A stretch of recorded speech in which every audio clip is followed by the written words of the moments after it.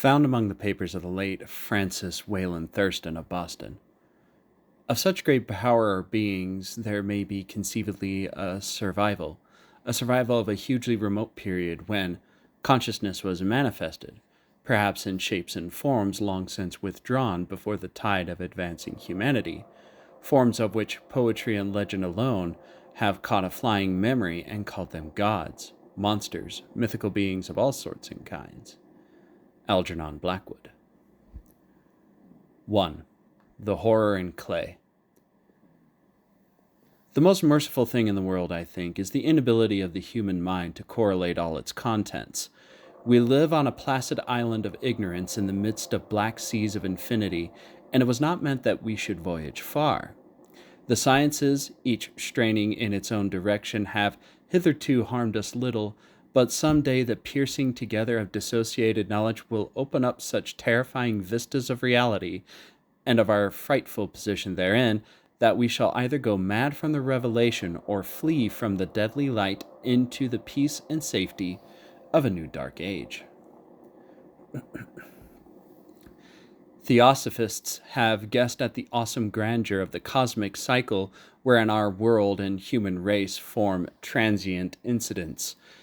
They have hinted at strange survivals in terms which would freeze the blood of not masked by a blind optimism. But it is not from them that there came the single glimpse of forbidden aeons which chills me when I think of it and maddens me when I dream of it. That glimpse, like all dread glimpses of truth, flashed out from an accidental piecing together of separated things, in this case an old newspaper item and notes of a dead professor. I hope that no one else will accomplish this piecing out. Certainly, if I live, I shall never knowingly supply a link in so hideous a chain.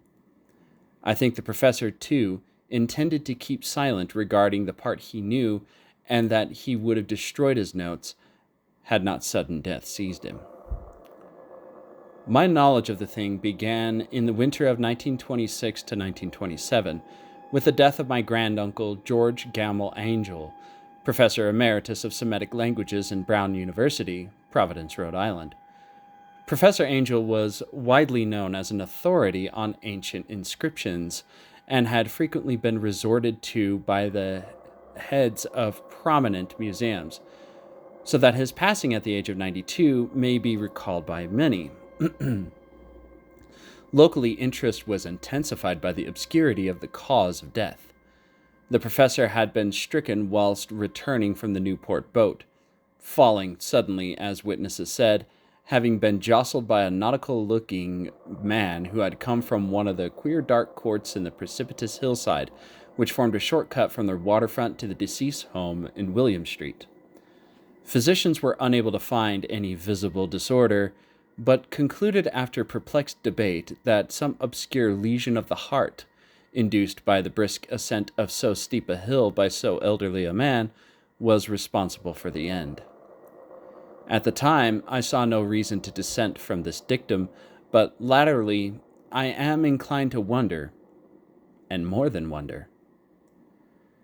As my granduncle's heir and executor, for he died a childless widower, I was expected to go over his papers with some thoroughness, and for that purpose which moved his entire set of files and boxes to my quarters in Boston. Much of the material which I correlated will later be published by the American Archaeological Society, but there was one box which I found exceedingly puzzling, and which I felt much averse from showing to other eyes. It had been locked, and I did not find the key till it occurred to me to examine the personal ring which the professor carried in his pocket.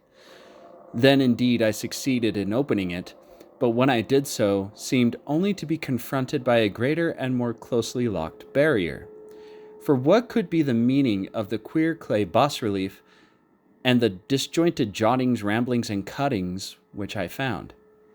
Had my uncle in his latter years become credulous of the most superficial impostures? I resolved to search out the eccentric sculptor responsible for this apparent disturbance of an old man's peace of mind. The bas-relief was a rough rectangle less than an inch thick and about 5 by 6 inches in area, obviously of modern origin. Its designs, however, were far from modern in atmosphere and suggestion, for although the vagaries of Cubism and Futurism are many and wild, they do not often reproduce that cryptic regularity which lurks in prehistoric writing. And writing of the same kind, the bulk of these designs seems certainly to be. Though my memory, despite much familiarity with the papers and collections of my uncle, failed in any way to identify this particular species, or even to hint at its remotest affiliations. Above these apparent hieroglyphics was a fixture of evidently pictorial intent, though its impressionistic execution forbade a very clear idea of its nature. It seemed to be a sort of monster or symbol representing a monster, of a form which only a diseased fancy could conceive. If I say that my somewhat extravagant imagination yielded simultaneous pictures of an octopus, a dragon, and a human caricature, I shall not be unfaithful to the spirit of the thing. A pulpy, tentacled head, surmounted by a grotesque and scaly body with rudimentary wings, but it was the general outline of the whole which made it most shockingly frightful. Behind the figure was a vague suggestion of a cyclopean architectural background. The writing accompanying this oddity was, aside from a stack of press cuttings, in Professor Angel's most recent hand, and made no pretense to literary style. What seemed to be the main document was headed Cthulhu Cult, in characters painstakingly printed to avoid the erroneous reading of a word so unheard of.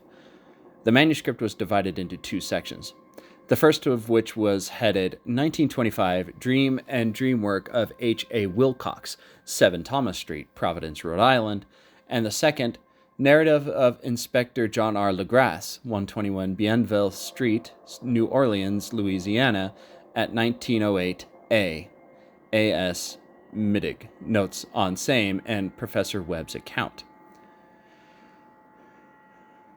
The other manuscript papers were all brief notes, some of them accounts of the strange dreams of different persons, some of them citations from theosophical books and magazines, notably W. Scott Eliot's Atlantis and the Lost Lemuria, and the rest comments on long-surviving secret societies and hidden cults, with references to passages in such mythological and anthropological source books as Fraser's Golden Bough and Miss Murray's Witch Cult in Western Europe.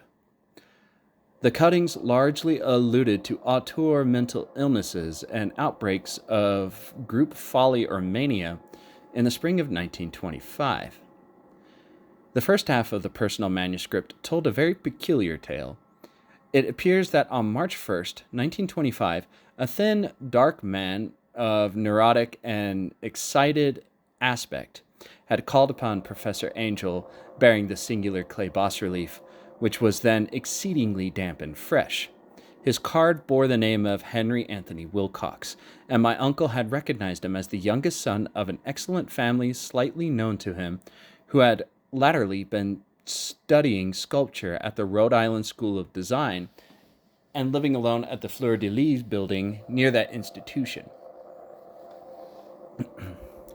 Wilcox was a precocious youth of known genius but great eccentricity, and had from childhood excited attention through strange stories and odd dreams he was in the habit of relating.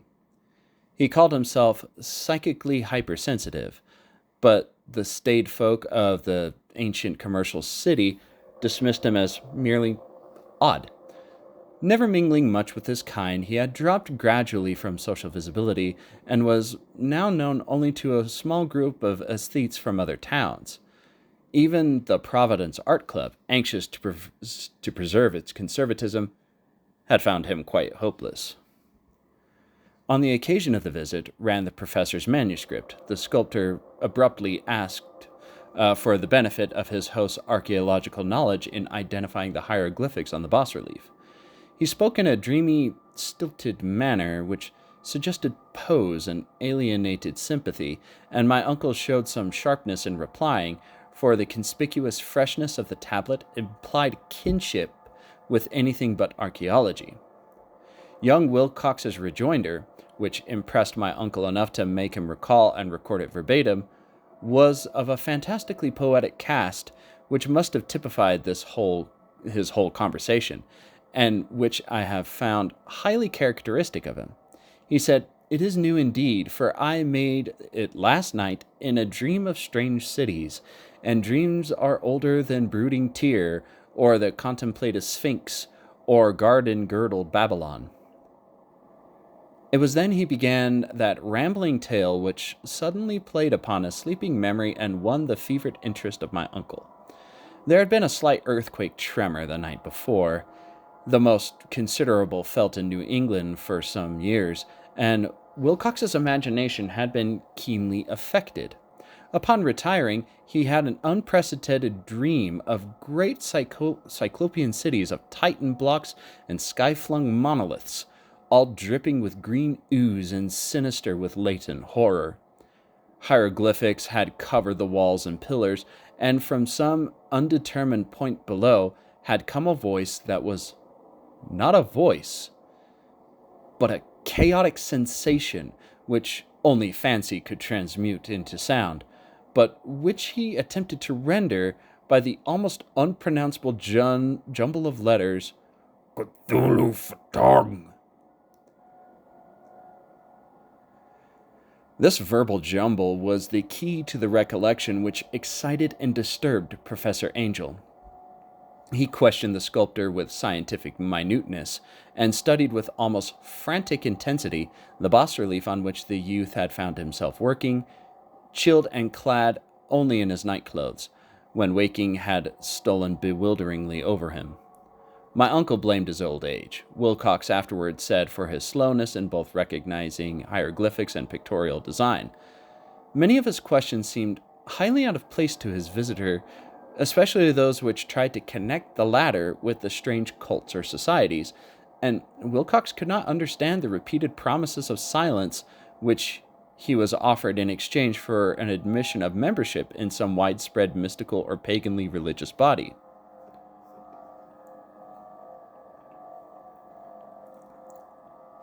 When Professor Angel became convinced that the sculptor was indeed ignorant of any cult or system of cryptic lore, he besieged his visitor with demands for future reports of dreams. This bore regular fruit, and after the first interview, the manuscript records daily calls of the young man, during which he related startling fragments of nocturnal imagery whose burden was always some terrible cyclopean vista of dark and dripping stone, with a subterranean voice or intelligence shouting monotonously in enigmatical sense impacts uninscribable save as gibberish. The two sounds most frequently repeated were those rendered by the letters Cthulhu and Erlia.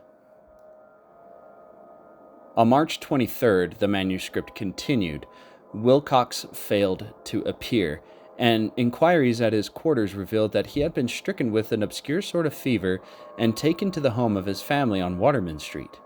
He had cried out in the night, arousing several other artists in the building, and had manifested since then only alternations of unconsciousness and delirium. My uncle at once telephoned the family, and from that time forward kept close watch of the case, calling often at Thayer Street office of Dr. Toby, whom he learned to be in charge. The youth's febrile mind apparently was dwelling on strange things, and the doctor shuddered now and then as he spoke of them.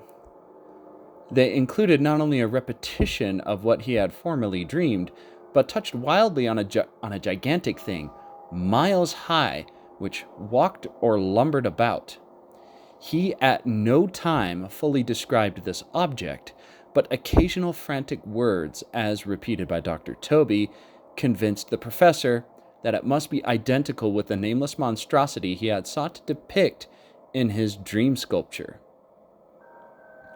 Reference to this object, the doctor added, was invariably a prelude to the young man's subsidence into lethargy. His temperature, oddly enough, was not greatly above normal, but his whole condition was otherwise such as to suggest true fever rather than a mental disability. On April 2nd at about 3 p.m., every trace of Wilcox's malady suddenly ceased. He sat upright in his bed, astonished to find himself at home and completely ignorant of what had happened in dream or reality since the night of March 22nd. Pronounced well by his physician, he returned to his quarters in 3 days, but to Professor Angel, he was of no further assistance. All traces of strange dreaming had vanished with his recovery, and my uncle kept no record of his night thoughts after a week of pointless and irrelevant accounts of thoroughly usual visions.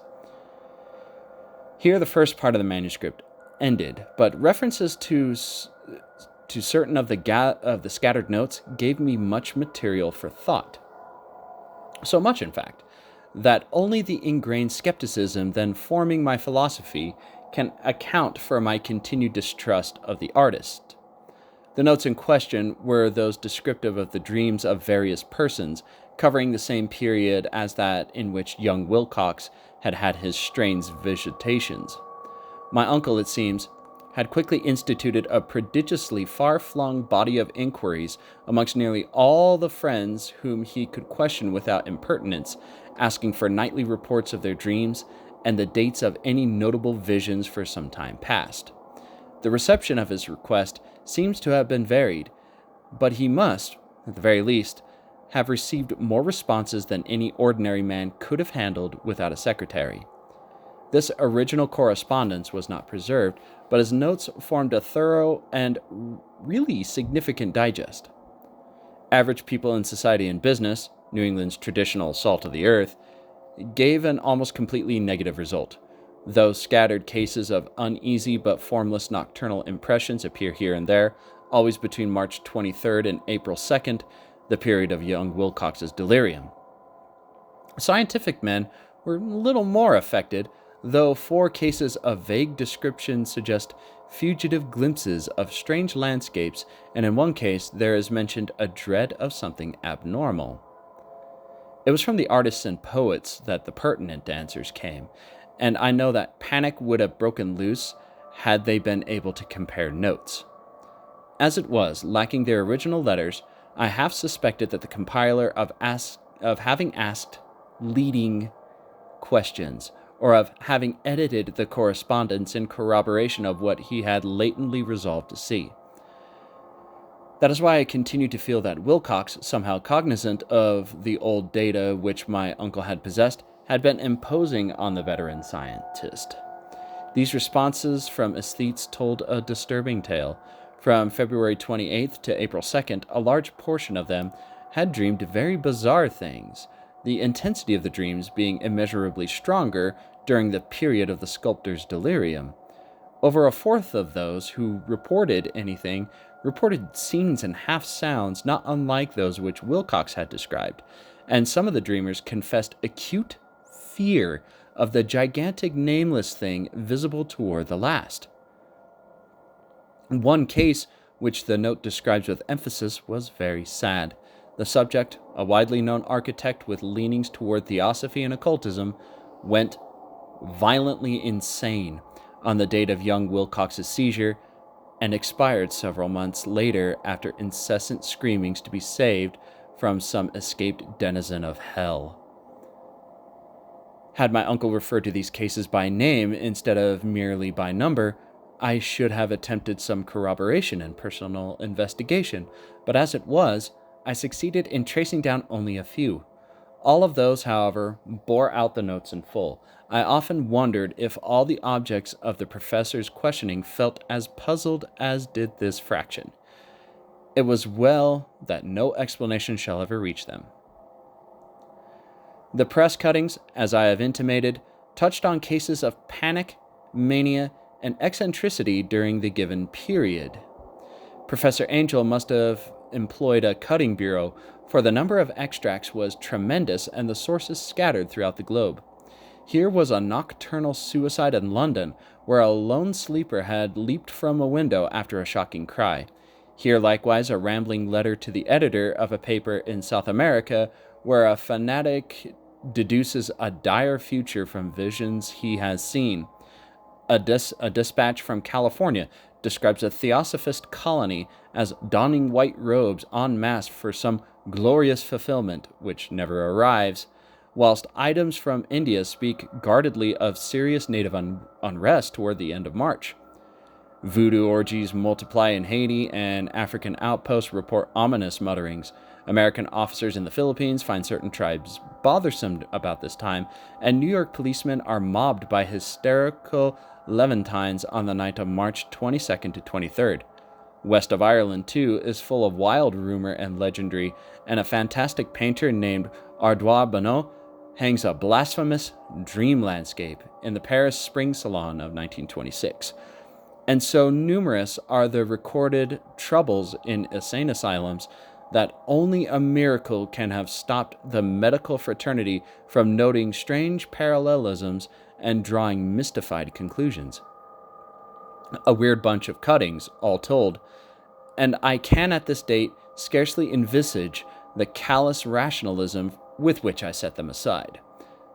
But I was then convinced that young Wilcox had known of the older matters mentioned by the professor. 2. The Tale of Inspector Legrasse. The older matters which had made the sculptor's dream in bas-relief so significant to my uncle formed the subject of the second half of his long manuscript. Once before, it appears, Professor Angel had seen the hellish outlines of the nameless monstrosity puzzled over the unknown hieroglyphics and heard the ominous syllables which can only be rendered as Cthulhu, and all this in so stirring and horrible a connection that it is small wonder he pursued young Wilcox with queries and demands for data. The earlier experience had come in 1908, 17 years prior, when the American Archaeological Society held its annual meeting in St. Louis. Professor Angel, as befitted one of his authority and attainments, had had a prominent part in all the deliberations, and was one of the first to be approached by the several outsiders who took advantage of the convocation to offer questions for correct answering and problems for expert solution. Chief of these outsiders, and in a short time the focus of interest for the entire meeting, was a commonplace-looking middle-aged man who had traveled all the way from New Orleans for certain special information unobtainable from any local source. His name was John Raymond Legrasse, and he was by profession an inspector with the police. With him he bore the subject of his visit, a grotesque, repulsive, and apparently very ancient stone statuette, whose origin he was at a loss to determine. It must not be fancied that Inspector Legrasse had the least interest in archaeology. On the contrary, his wish for enlightenment was prompted by purely professional considerations. The statuette, idol, fetish, or whatever you want to call it, had been captured some months before in the wooded swamps south of New Orleans during a raid on a supposed voodoo meeting, and so singular and hideous were the rites connected with it that the police could not but realize that they had stumbled on a dark cult totally unknown to them and infinitely more diabolic than even of the darkest of voodoo circles. Of its origin, apart from the erratic and unbelievable tales extorted from the captured members, absolutely nothing was to be discovered, hence the anxiety of the police for any antiquarian lore which might help them to place the frightful symbol and through it track down the cult to its fountainhead. Inspector Legrasse was scarcely prepared for the sensation which his offering created. One side of the thing had been enough to throw the assembled men of science into a state of tense excitement. They lost no time in crowding around him to gaze at the diminutive figure whose utter strangeness and air of genuinely abysmal antiquity hinted so potently at unopened and archaic vistas.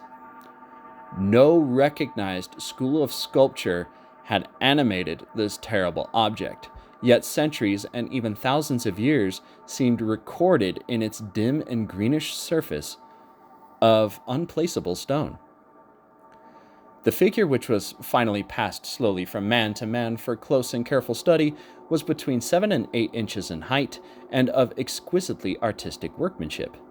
It represented a monster of vaguely anthropoid outline, but with an octopus-like head whose face was a mass of tentacles and feelers, a scaly, rubbery-looking body, prodigious claws on the hand and forefeet, and long, narrow wings behind.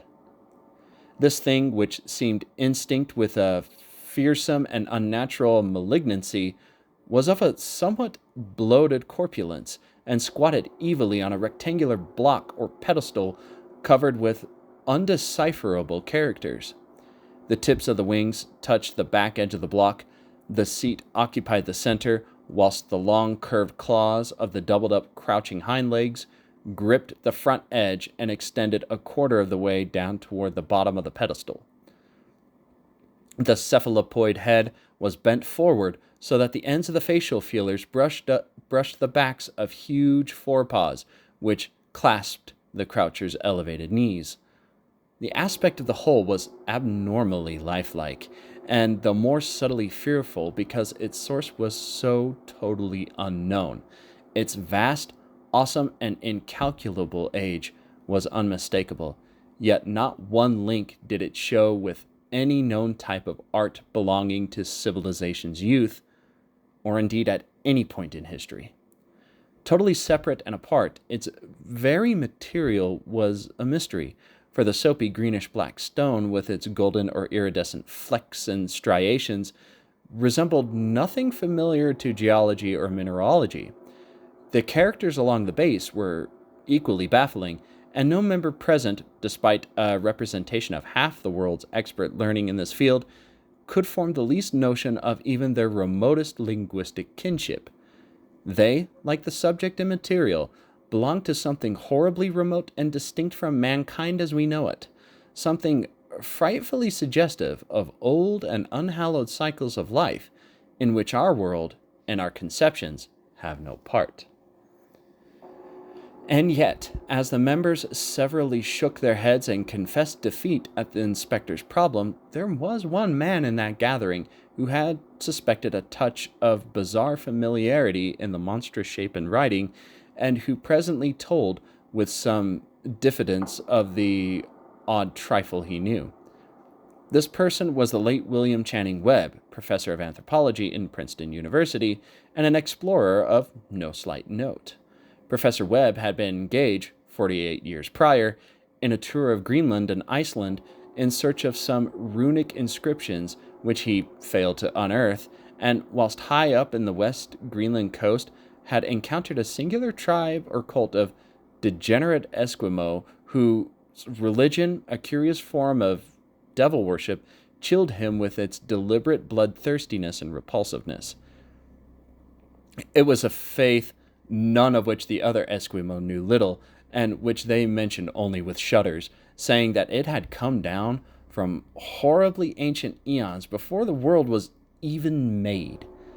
Besides nameless rites and human sacrifices, there were certain queer hereditary rituals addressed to a supreme elder or Tornasuk, and of this Professor Webb had taken a careful phonetic copy from an aged Angakok or wizard priest, expressing the sounds in Roman letters as best he knew how. But just now of prime significance was the fetish which this cult had cherished, and around which they danced when the aurora leaped high over the ice cliffs. It was, the professor stated, a very crude bas-relief of stone, comprising a hideous picture and some cryptic writing. And so far as he could tell, it was a rough parallel in all essential features of the bestial thing now laying before the meeting. This data, received with suspense and astonishment by the assembled members, proved doubly exciting to Inspector Legrasse, and he began at once to ply his informant with questions. Having noted and copied an oral ritual among the swamp cult worshippers his men had arrested, he besought the professor to remember as best he might the syllables taken down among the diabolist Esquimaux.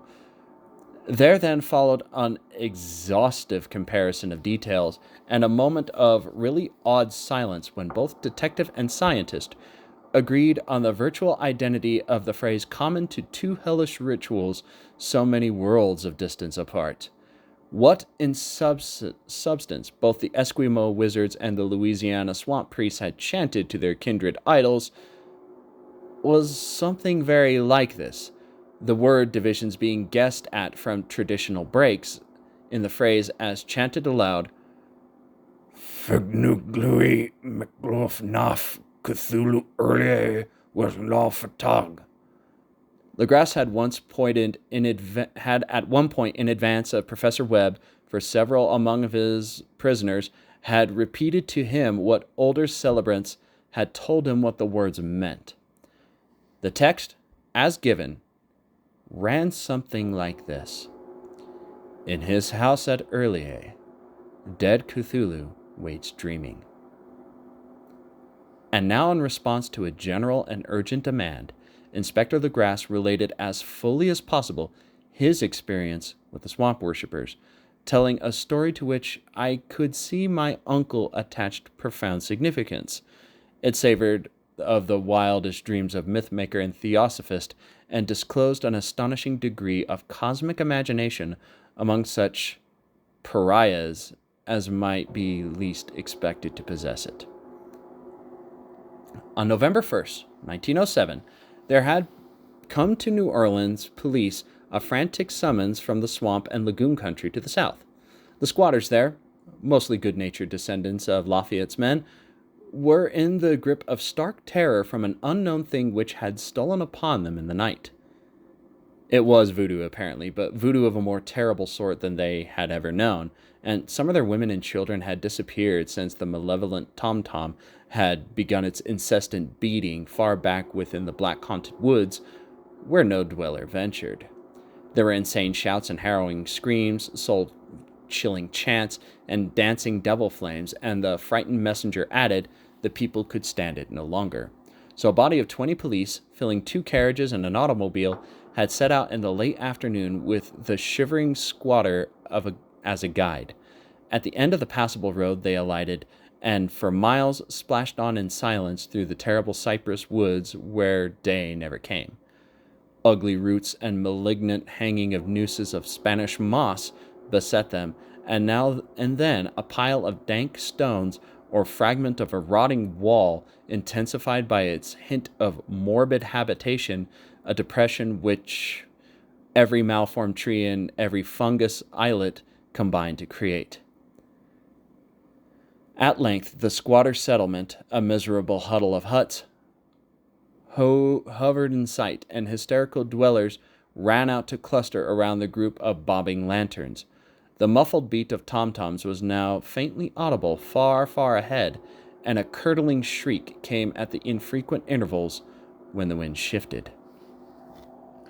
A reddish glare, too, seemed to filter through the pale undergrowth beyond endless avenues of forest night. Reluctant to even be left alone again, each one of the cowed squatters refused point-blank to advance another inch towards the scene of unholy worship, so Inspector Legras and 19 of his colleagues plunged on, unguided, into the black arcades of horror that none of them had ever trodden before. The region now entered by police was one of traditionally evil repute, substantially unknown and untraversed by men. There were legends of a hidden lake unglimpsed by mortal sight, in which dwelt a huge, formless, white polypus thing with luminous eyes, and squatters whispered that bat-winged devils flew up out of caverns in inner earth to worship it at midnight. They had said it had been there before D'Iberville, before La Salle, before even the natives, and before even the wholesome beasts and birds of the woods. It was nightmare itself, and to see it was to die. But it made men dream, and so they knew enough to keep away. The present voodoo ritual indeed on the merest fringe of this abhorred area, but that location was bad enough. Hence, perhaps, the very place of the worship had terrified the squatters more than the shocking sounds and the incidents. Only poetry or madness could do justice to the noises heard by Legrasse's men as they plowed on through the black morass towards the red glare and the muffled tom-toms. There are vocal qualities peculiar to men, and vocal qualities peculiar to beasts, and it is terrible to hear the one when the source should yield the other.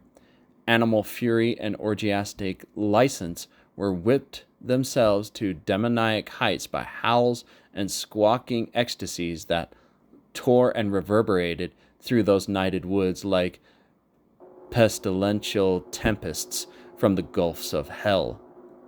Now and then, the less organized ululation would cease, and from what seemed a well-drilled chorus of hoarse voices would rise in sing-song chants that hideous phrase or ritual. Penuguli mikgal naf Cthulhu earlier wikgal nikal fatang. Then the men, having reached a spot where the trees were thinner, came suddenly to the sight of the spectacle itself. 4 of them reeled, 1 fainted, and 2 were shaken into a frantic cry, which the mad cacophony of the orgy fortunately deadened. Legrasse's dashed swamp water on his face of the fainting man, and all stood trembling and nearly hypnotized with horror. In a natural glade of the swamp stood a grassy island, perhaps an acre's extent, clear of trees and tolerably dry. In this now leaped and twisted a more indescribable horde of humans than anyone could paint. Void of clothing, these people were braying, bellowing, and writhing about on a monstrous ring-shaped bonfire, in the center of which, revealed by occasional rifts in the curtain of flame, stood a great granite monolith, some 8 feet in height, on top of which, incongruous with its diminutiveness, rested the noxious carven statuette.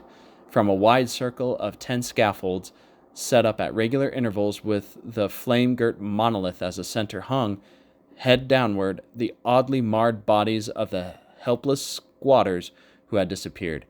It was inside this circle that the ring of worshippers jumped and roared, the general direction of the mass motion being from left to right in endless bacchanal between the ring of bodies and the ring of fire. It may have only been imagination, and it may have only been echoes which induced one of the men, an excitable Spaniard, to fancy he heard antiphonal responses to the ritual from some far and unilluminated spot deeper within the wood of ancient legendary horror. This man, Joseph D. Galvez, I later met and questioned, and he proved distractingly imaginative. He went indeed so far as to hint of the faint beating of great wings, and of a glimpse of shining eyes and a mountainous white bulk beyond the remotest trees, but I suppose he had been hearing too much native superstition. Actually, the horrified pause of the men was of comparatively brief duration. Duty came first, and though there must have been nearly 100 celebrants in the throng, the police relied on their firearms and plunged determinedly into the nauseous rout. For 5 minutes, the resultant din and chaos were beyond description. Wild blows were struck, shots were fired, and escapes were made, but in the end Legrasse was able to count some 47 prisoners, whom he forced to dress in haste and to fall into line between 2 rows of policemen. 5 of the worshippers lay dead, and 2 severely wounded ones were carried away on impoverished stretchers by their fellow prisoners. The image on the monolith, of course, was carefully removed and carried back by Legrasse. Examined at headquarters after a trip of intense strain and weariness, the prisoners all proved to be men of mentally aberrant type. Most were seamen, and it became manifest that something far deeper and older than ancient lore was involved. Degraded and ignorant they were, these creatures held with surprising consistency to the central idea of their loathsome faith. They worshipped, so they said, the great old ones who lived ages before there were any men, and who came to the young world out of the sky. Those old ones were gone now, inside the earth, under the sea, But their dead bodies had told their secrets in dreams to the first men, who formed a cult which had never died. This was that cult, and the prisoner said that it has always existed and always would exist, hidden in distant wastes and dark places all over the world, until the time when the great priest Cthulhu, from his dark house in the mighty city of Erlier under the waters, should rise and bring the earth again beneath his sway. Some day he would call when the stars were ready, and the secret cult would always be waiting to liberate him. Meanwhile, no more must be told. There was a secret which even torture could not extract. Mankind was not absolutely alone among the conscious things of earth, for shapes came out of the dark to visit the faithful few. But these were not the great old ones. No man has ever seen the old ones. The carven idol was great Cthulhu, but none might say whether or not the others were precisely like him. No one could read the old writing now, but things were told by word of mouth. The chanted ritual was not the secret. That was never spoken aloud, only whispered. The chant meant only this: in his house at Erlier, dead Cthulhu waits dreaming. Only 2 of the prisoners were found sane enough to be hanged. The rest were committed to various institutions. All denied a part in the ritual murders and averred that the killing had been done by black-winged ones, which had come from their immemorial meeting place in the haunted wood. But of those mysterious allies, no coherent account could ever be gained. What the police did extract came mainly from an immensely aged man named Castro, who claimed to have sailed to strange ports and talked with undying leaders in the cult in the mountains of China.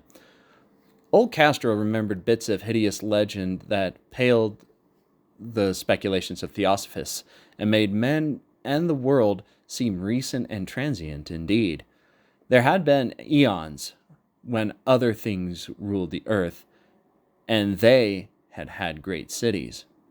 Remains of them, he said, the deathless Chinaman that told him, were still to be found as cyclopean stones on islands in the Pacific.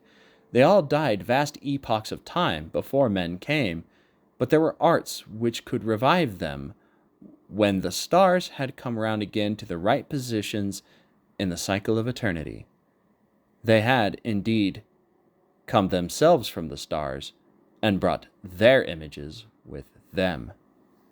These great old ones, Castro continued, were not composed altogether of flesh and blood.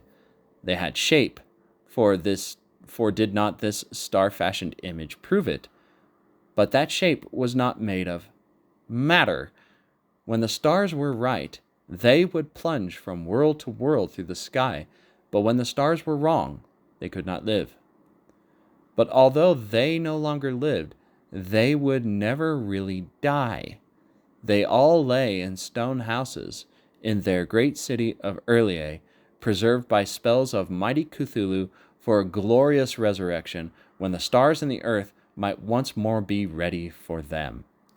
But at that time, some force from outside must serve to liberate their bodies. The spells that preserved them intact likewise prevented them from making an initial move, and they could only lie awake in the dark and think whilst uncounted millions of eons rolled by. They all knew that this was occurring in the universe, but their mode of speech was transmitted thought. Even now they talked in their tombs. When, after infinities of chaos, the first man came, the great old ones spoke to the sensitive among them by molding their dreams, for only thus could their language reach the fleshy minds of mammals.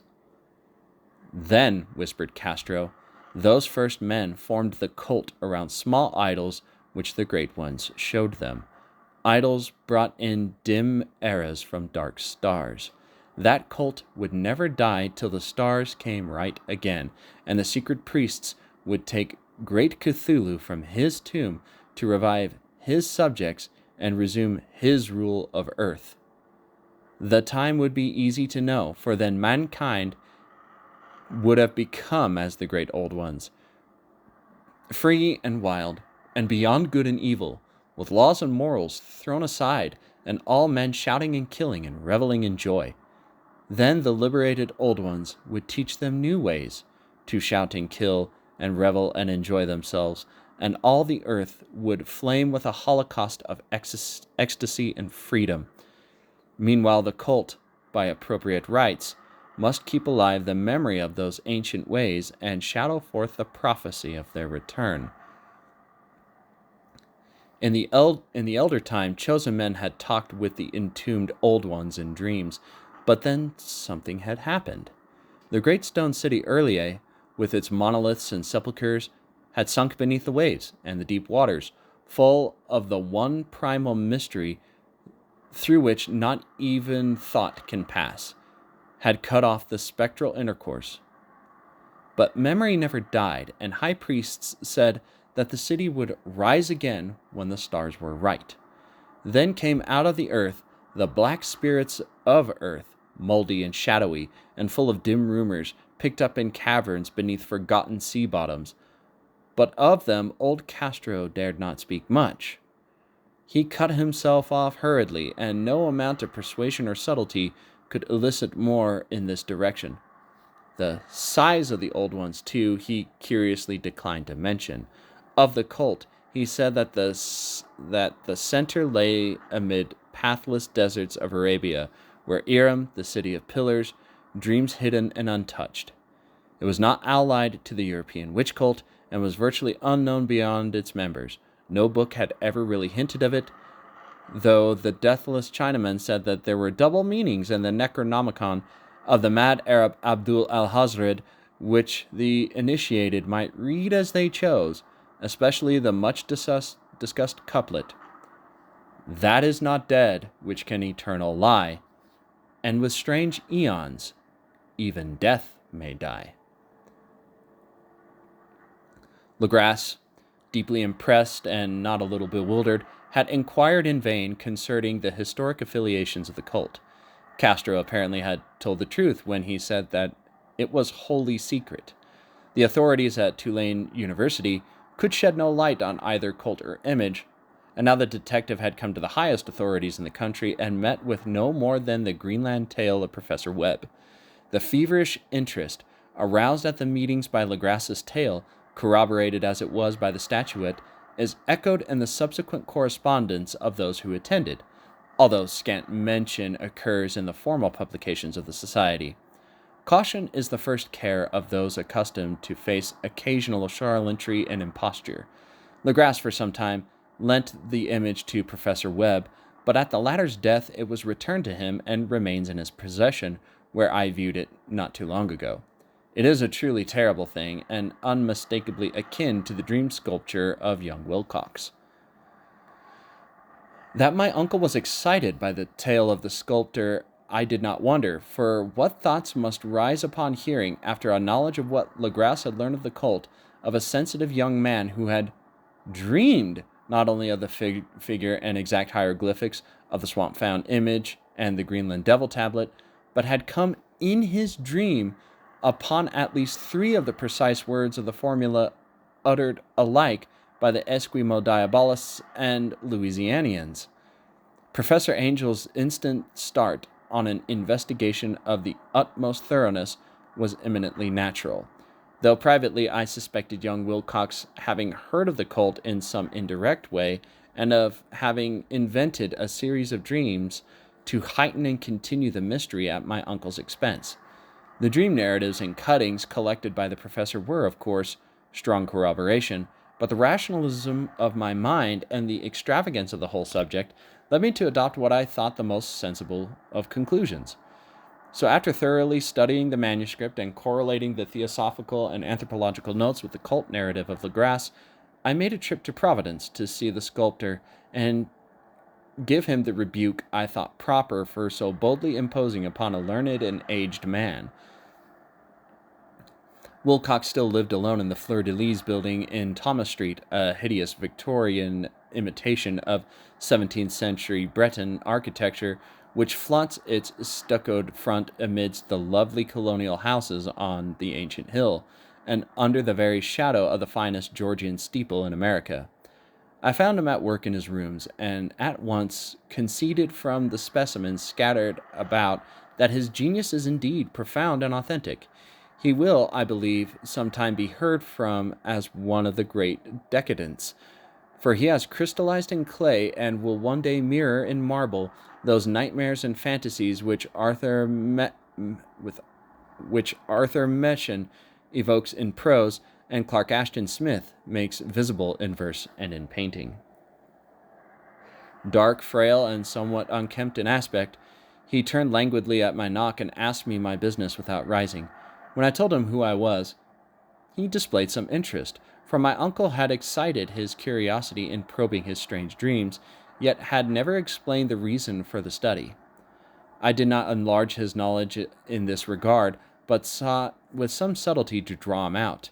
In a short time I became convinced of his absolute sincerity, for he spoke of the dreams in a manner none could mistake.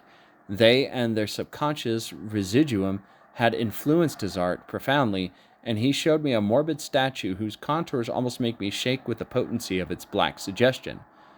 He could not recall having seen the original of this thing except in his own dream bas-relief, but the outlines had formed themselves insensibly under his hands. It was, no doubt, the giant shape which he had raved of in delirium. That he really knew nothing of the hidden cult save from what my uncle's relentless catechism had let fall, he soon made clear. And again I strove to think of some way in which he could possibly have received the weird impressions. He talked of his dreams in a strangely poetic fashion, making me see with terrible vividness the damp cyclopean city of slimy green stone, whose geometry, he oddly said, was all wrong, and hear with frightened expectancy the ceaseless, half-mental calling from underground, Cthulhu Fricton! Cthulhu Fricton! These words had formed a part of that dread ritual which told of dead Cthulhu's dream vigil in his stone vault at Erlier, and I felt deeply moved despite my irrational beliefs. Wilcox, I was sure, had heard of the cult in some casual way, and had soon forgotten it amidst the mass of his equally weird reading and imagining. Later, by virtue of its sheer impressiveness, it had found subconscious expression in dreams, in the bas-relief, and in the terrible statue I now beheld, so that his imposture upon my uncle had been a very innocent one. The youth was of a type, at once slightly affected and slightly ill-mannered, which I could never like, but I was willing enough now to admit both his genius and his honesty. I took leave of him amicably, and wished him all the success in his talent promises. The matter of the cult still remained to fascinate me, and at times I had visions of personal fame from researches into its origin and connections. I visited New Orleans, talked with Legrasse and others of that old-time raiding party, saw the frightful image, and even questioned such of the prisoners that still survived. Old Castro, unfortunately, had been dead for some years. What I now heard so graphically firsthand, though, was really no more than a detailed confirmation of what my uncle had written, excited me afresh, for I felt sure that I was on the track of a very real, very secret, and very ancient religion whose discovery would make me an anthropologist of note. My attitude was still one of absolute naturalism, as I wish it still were, and I discounted with almost inexplicable perversity the coincidence of the dream notes and the odd cuttings recalled by Professor Angel. One thing I begin to suspect, and which I now fear I know, is that my uncle's death was far from natural. He fell on a narrow hill street leading up from an ancient waterfront swarming with foreign prisoners, after a careless push from a sailor. I did not forget the mixed blood and marine pursuits of the cult members of Louisiana, and would not be surprised to learn of the secret methods and poison needles as ruthless and as anciently known as the cryptic rites and reliefs. Legrasse and his men, it is true, have been let alone. But in Norway, a certain seaman who saw things is dead. Might not the deeper inquiries of my uncle after encountering the sculptor's data have come to sinister ears? I think Professor Angel died because he knew too much, or because he was likely to learn too much. Whether I shall go as he did remains to be seen, for I have learned much now. 3. Madness from the Sea. If heaven ever wishes to grant me a boon, it will be a total effacing of the results of a mere chance which fixed my eye on a certain stray piece of shelf paper. It was nothing on which I would naturally have stumbled in the course of my daily round, for it was an old number of an Australian journal, the Sydney Bulletin, for April 18th, 1925.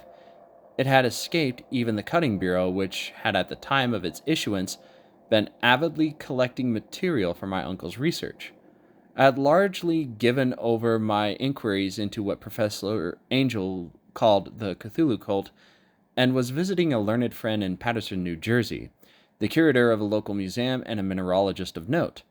Examining one day the reserved specimens roughly set on the storage shelves in a rear room of the museum, my eye was caught by an odd picture in one of the old papers spread beneath the stones.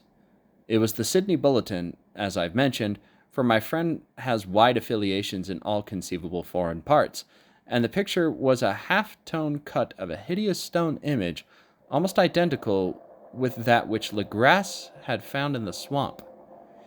Eagerly clearing the sheet of its precious contents, I scanned the item in detail, and was disappointed to find it of only moderate length. What it suggested, however, was of portentous significance to my flagging quest, and I carefully tore it out for immediate action.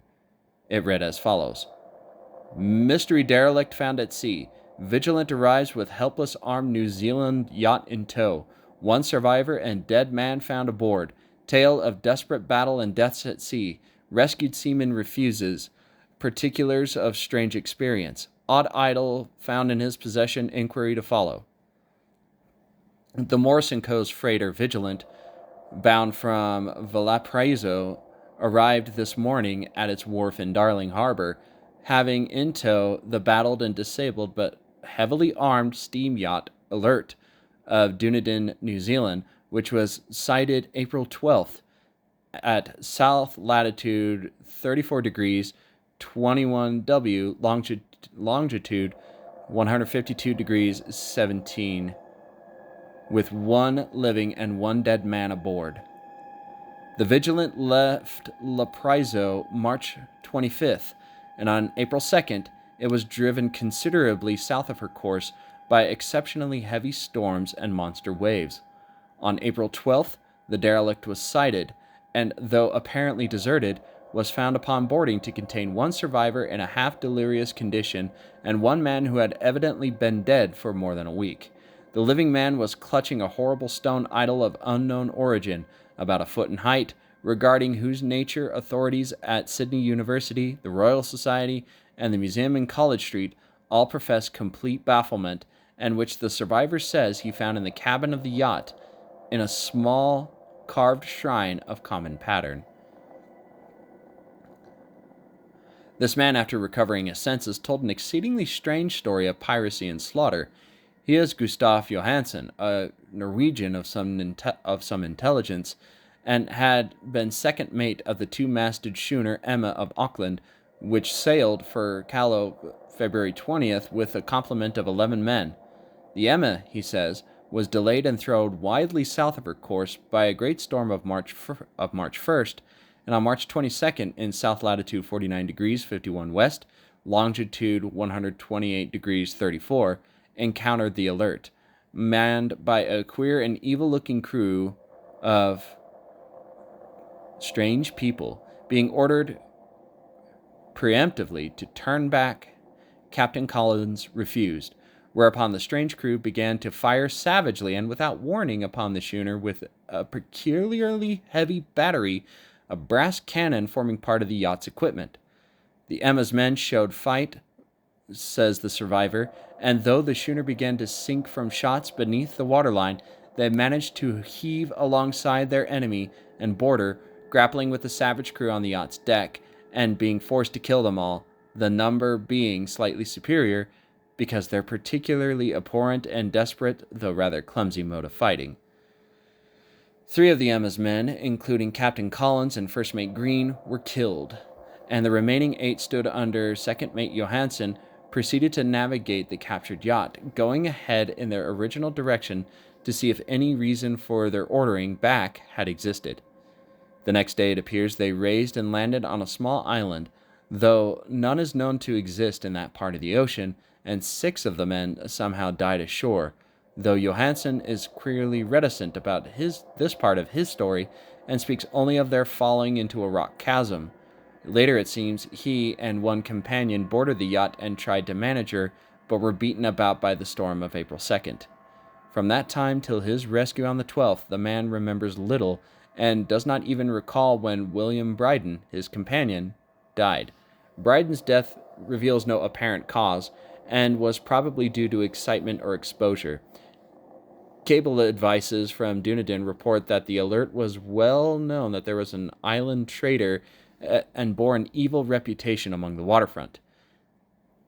It was owned by a curious group of people whose frequent meetings and night trips to the woods attracted no little curiosity, and it had set sail in great haste just after the storm and earth tremors of March 1st. Our Auckland correspondent gives the Emma and her crew an excellent reputation, and Johansen is described as a sober and worthy man. The Admiralty will institute an inquiry on the whole matter beginning tomorrow, at which every effort will be made to induce Johansen to speak more freely than he has done hitherto.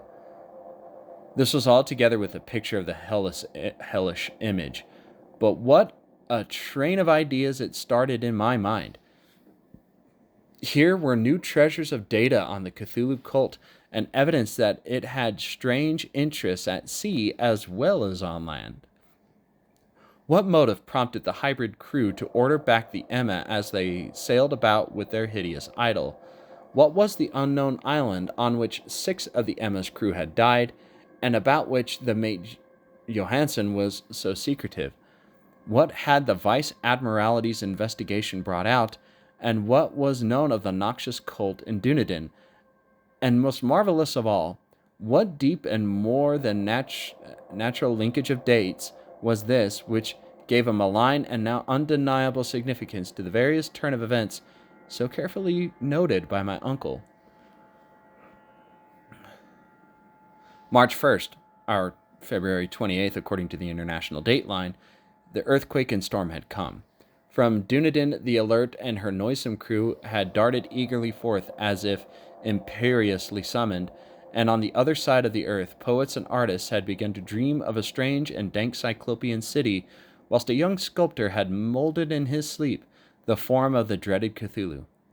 March 23rd, the crew of the Emma landed on an unknown island and left 6 men dead, and on that date the dreams of sensitive men assumed a heightened vividness and darkness with dread of a giant monster's malign pursuit, whilst an architect had gone mad and a sculptor had lapsed suddenly into delirium. And what of this storm of April 2nd, the date on which all dreams of the dank city ceased, and Wilcock emerged unharmed from the bondage of strange fever? What of all this, and of those hints of old Castro about the sunken, star-born old ones and their coming reign, their faithful cult and their mastery of dreams? I was tottering on about the brink of cosmic horrors beyond man's power to... Was I tottering on the brink of cosmic horrors beyond man's power to bear? If so, they must be horrors of the mind alone, for in some way the 2nd of April had put a stop to whatever monstrous menace had begun its siege of mankind's soul. That evening, after a day of hurried cabling and arranging, I bade my host adieu and took a train for San Francisco. In less than a month, I was in Dunedin, where, however, I found that little was known of the strange cult members who had lingered on the old sea taverns. Waterfront scum was far too common for special mention, and there was vague talk about one inland trip these people had made, during which faint drumming and red flame were noted on the distant hills. In Auckland, I learned that Johansen had returned with yellow hair turned white, after a perfunctory and inconclusive questioning at Sydney, and had thereafter sold his cottage in West Street and sailed with his wife to his old home in Oslo. Of his stirring appearance, he would tell his friends no more than he had told the Admiralty officials, and all they can do was give me his Oslo address. After that, I went to Sydney and talked profitlessly with seamen and members of the Vice Admiralty Court. I saw the Alert, now sold and in commercial use, at the circular quay in Sydney Cove, but gained nothing from its non-committal bulk. The crouching image with its cuttlefish head, dragon body, scaly wings, and hieroglyph pedestal was preserved in the museum at Hyde Park, and I studied it long and well, finding it a thing of balefully exquisite craftsmanship, and with the same utter mystery, terrible antiquity, and unearthly strangeness of material which I had noted in Legras's smaller specimen. Geologists, the curator had told me, had found it a monstrous puzzle, for they vowed that the world held no rock like it. And then I thought with a shudder of what old Castro had told Legras about the primal great ones. They had come from the stars, had brought their images with them. Shaken with such a mental revolution as I had never before known, I now resolved to visit Mate Johansen in Oslo.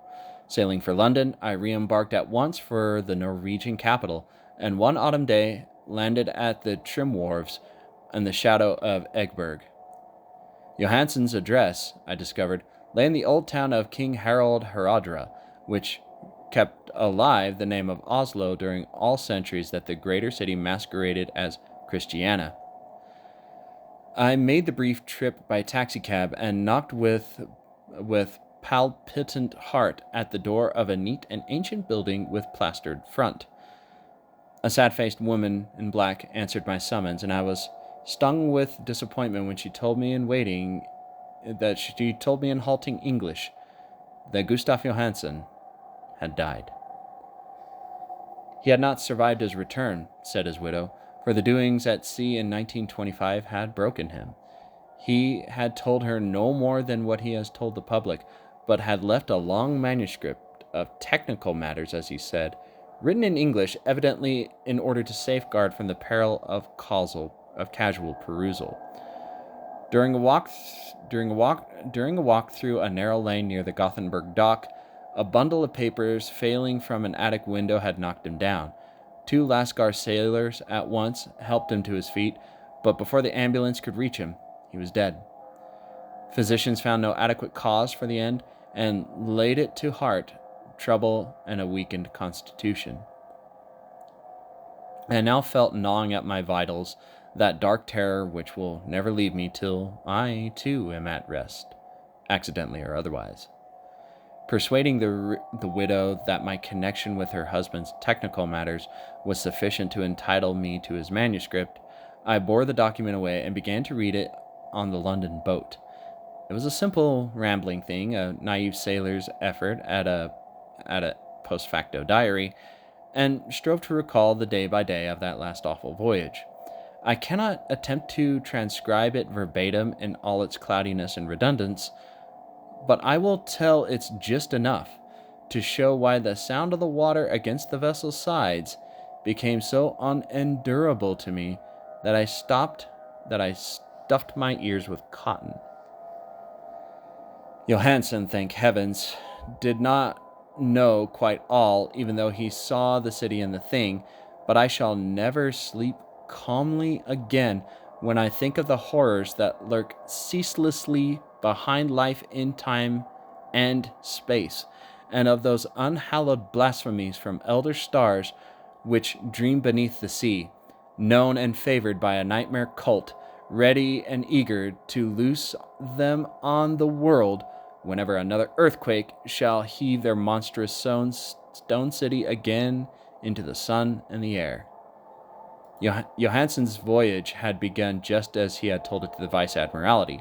The Emirate in ballast had cleared Auckland on February 20th and had felt the full force of that earthquake-born tempest which must have heaved up from the sea bottom the horrors that filled the men's dreams.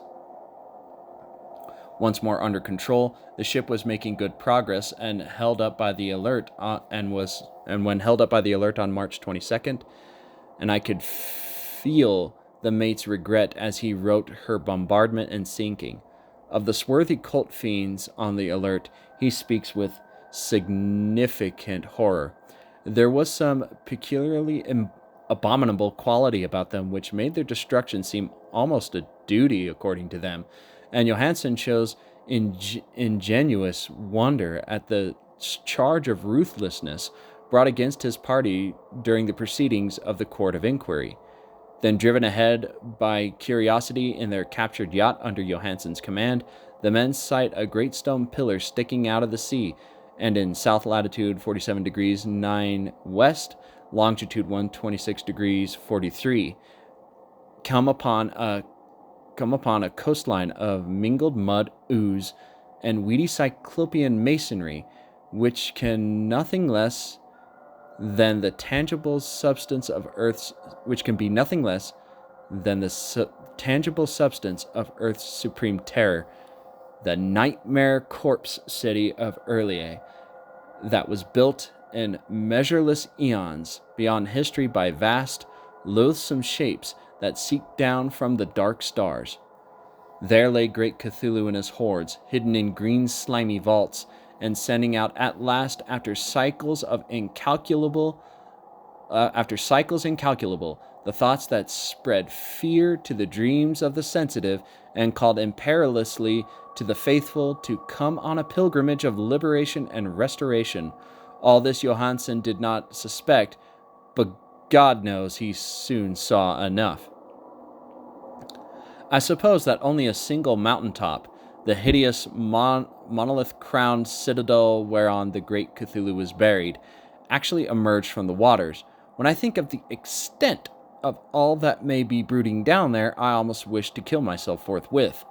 Johansen and his men were awed by the cosmic majesty of this dripping Babylon of elder demons, and must have guessed without guidance that it was nothing of this or of any sane planet.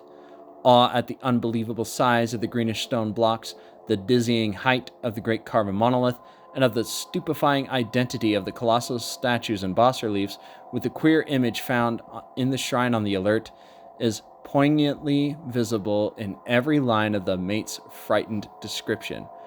Without knowing what futurism is like, Johansen achieved something very close to it when he spoke of the city, for instead of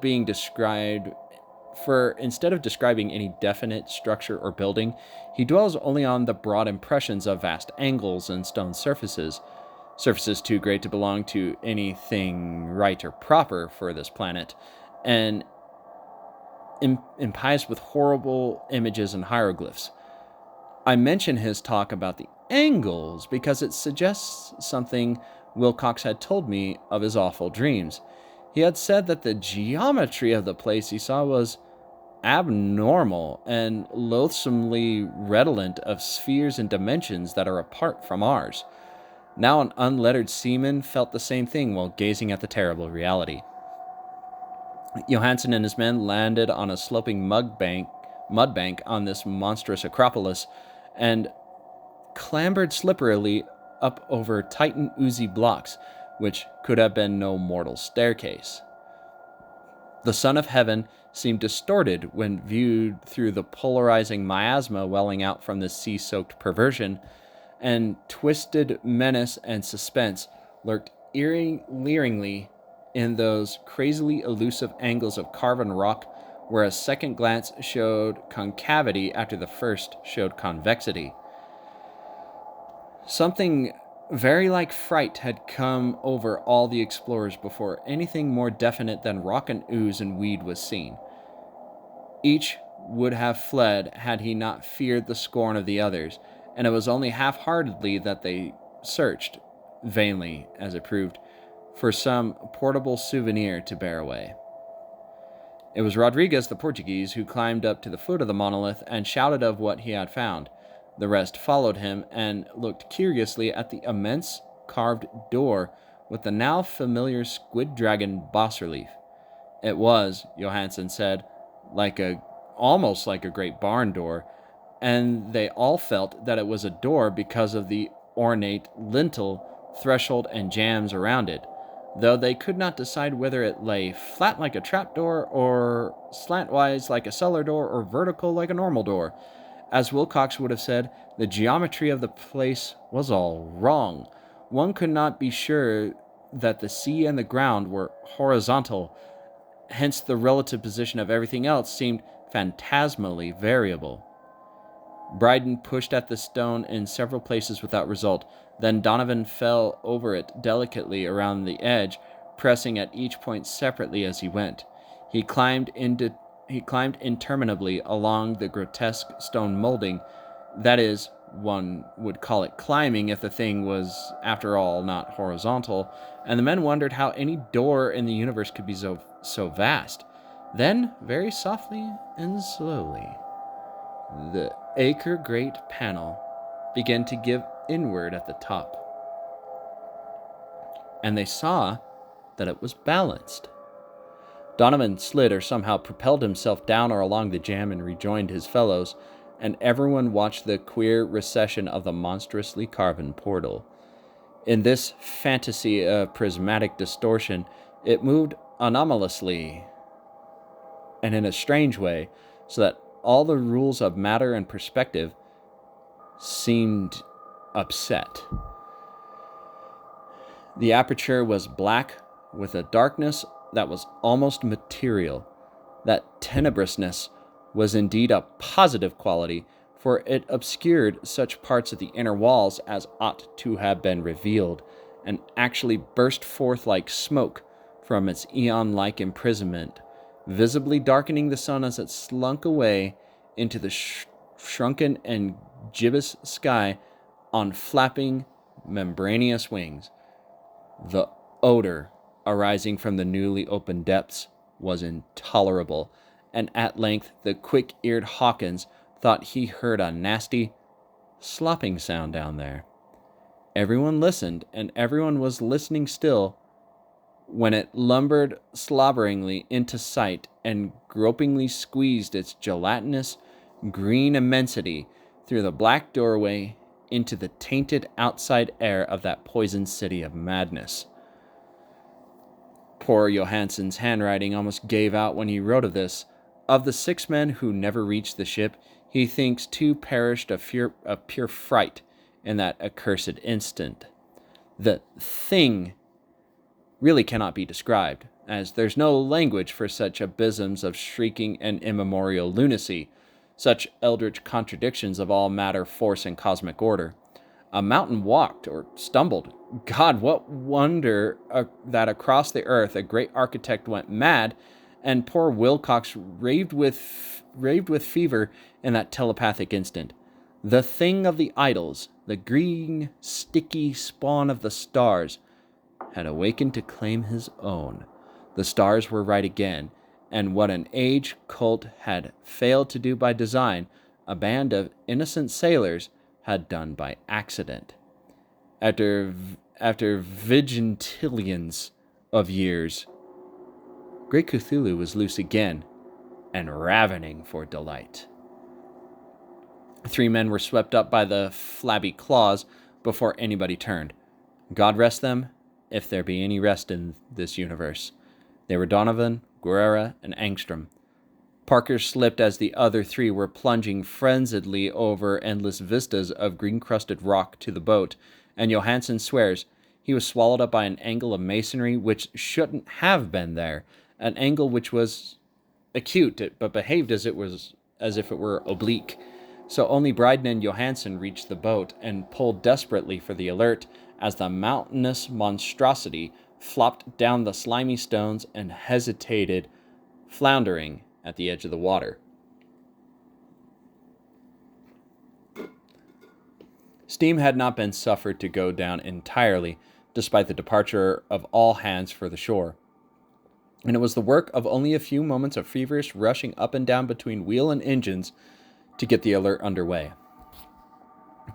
Slowly, amidst the distorted horrors of that indescribable scene, she began to churn the lethal waters, whilst on the masonry of that charnel shore that was not of earth, the Titan thing from the stars, slavered and gibbered like Polypheme cursing the fleeing ship of Odysseus. Then, bolder than the storied Cyclops, great Cthulhu slid greasily into the water and began to pursue with vast, wave-raising strokes of cosmic potency. Bryden looked back and went mad, laughing shrilly as he kept on laughing at intervals till death found him one night in the cabin whilst Johansen was wandering deliriously. But Johansen had not given out yet. Knowing that the thing could surely overtake the Alert until its steam was fully up, he resolved on a desperate chance, and setting the engine for full speed, ran lightning-like on deck and reversed the wheel. There was a mighty eddying and foaming in the noisome brine, and as the steam mounted higher and higher, the brave Norwegian drove his vessel head-on against the pursuing jelly which rose above the unclean froth like the stern of a demon galleon. The awful squid head with writhing feelers came nearly up to the bowsprit of the sturdy yacht, but Johansen drove on relentlessly. There was a bursting as if an exploding bladder, a slushy nastiness as of a cloven sunfish, a stench as of 1,000 open graves, and a sound that the chronicler would not put on paper. For an instant, the ship was befouled by an acrid and blinding green cloud, and then there was only a venomous seething astern, where God in heaven, the scattered plasticity of that nameless sky spawn was nebulously recombining in its hateful original form, whilst its distance widened every second as the Alert gained impetus from its mounting steam. That was all. After that, Johansen only brooded over the idol in the cabin and attended to a few matters of food for himself and the laughing maniac by his side. He did not try to navigate after the first bold flight, for the reaction had taken something out of his soul. Then came the storm of April 2nd, and a gathering of the clouds about his consciousness. There is a sense of spectral whirling through liquid gulfs of infinity, of dizzying rides through reeling universes on a comet's tail, and of hysterical plunges from the pit to the moon, and from the moon back to the pit, all livened by a cachinating chorus of the distorted, hilarious elder gods and the green bat-winged mocking imps of Tartarus. Out of that dream came rescue, the Vigilant, the Vice Admiralty Court, the streets of Dunedin, and the long voyage back home to the old house by the Egeberg. He could not tell. They would think him mad. He would write of what he knew before death came, but his wife must not guess. Death would be a boon, if only it could blot out the memories. That was the document I read, and now I have placed it in the tin box beside the bas-relief and the papers of Professor Angel. With it shall go this record of mine, this test of my own sanity, wherein is pieced together that which I hope may never be pieced together again. I have looked upon all that the universe has to hold of horror, and even the skies of spring and the flowers of summer must ever afterward be poison to me. But I do not think my life will be long. As my uncle went, as poor Johansen went, so shall I go. I know too much, and the cult still lives. Cthulhu lives too, I suppose, again in that chasm of stone which has shielded him since the sun was young. His accursed city is sunken once more, for the Vigilant sailed over the spot after the April storm, but his ministers on earth still billow and prance and slay around in idle-capped monoliths in lonely places. He must have been trapped by the sinking whilst within his black abyss, or else the world would by now be screaming with fright and frenzy. Who knows the end? What has risen may sink, and what has sunk may rise. Loathsomeness waits and dreams in the deep, and decay spreads over the tottering cities of men. A time will come, but I must not and cannot think. Let me pray that if I do not survive this manuscript, My executors may put caution before audacity, and see that it meets no other eye.